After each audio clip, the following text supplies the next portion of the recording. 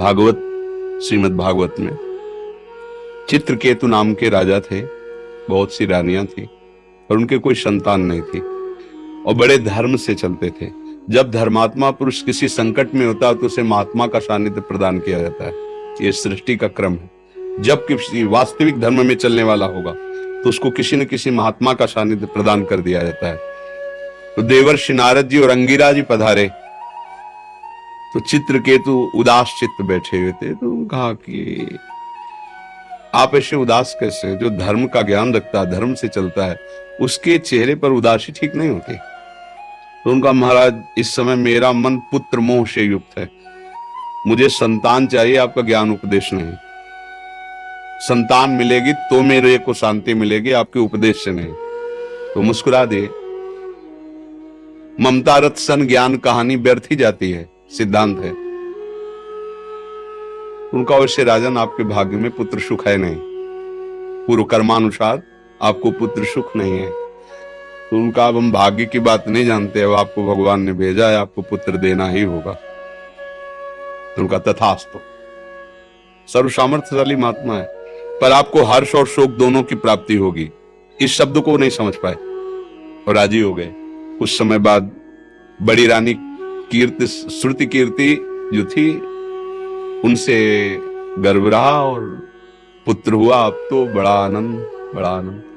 जो और रानियां थी उन्होंने देखा अब राजा सीधे उसी महल में जाते, क्योंकि पुत्र का उत्साह। और बड़ी रानी तो हर समय, जो समय राजकाज से, वो बड़ी रानी के महल में। अब ईर्ष्या ने वो रूप धारण किया कि सब जो और थी वो सब जल गई।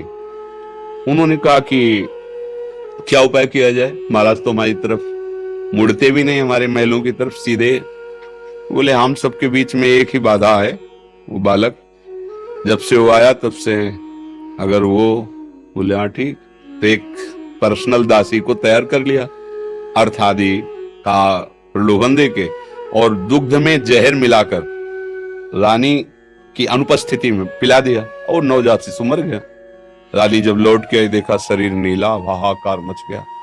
फिर राजा को जब खबर गई तो पछाड़ खा के गिर गए, दौड़ते आए।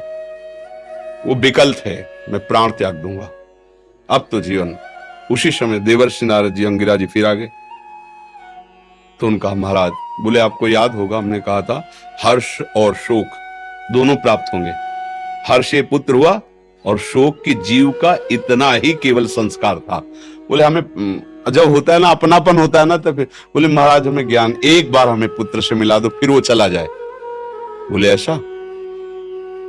मंत्र बल से युक्त थे, आकर्षण किया, जीवात्मा सामने आई। बोली बेटा इस शरीर में आ जाओ, एक बार अपने पिता को देख लेने दो। तो ये पिता जानते हो कौन है? वो जीव बोला, अरे कई बार मेरी पत्नी बना, कई बार मैं इसका बाप बना, कई बार। वो जब अपना प्रवचन शुरू किया ना, बोले प्रभु हमें नहीं चाहिए, इसको कह दो चला जाए। ये हम लोग रहस्य नहीं जानते ना कर्म का, इसलिए हम सब दुखी होते हैं।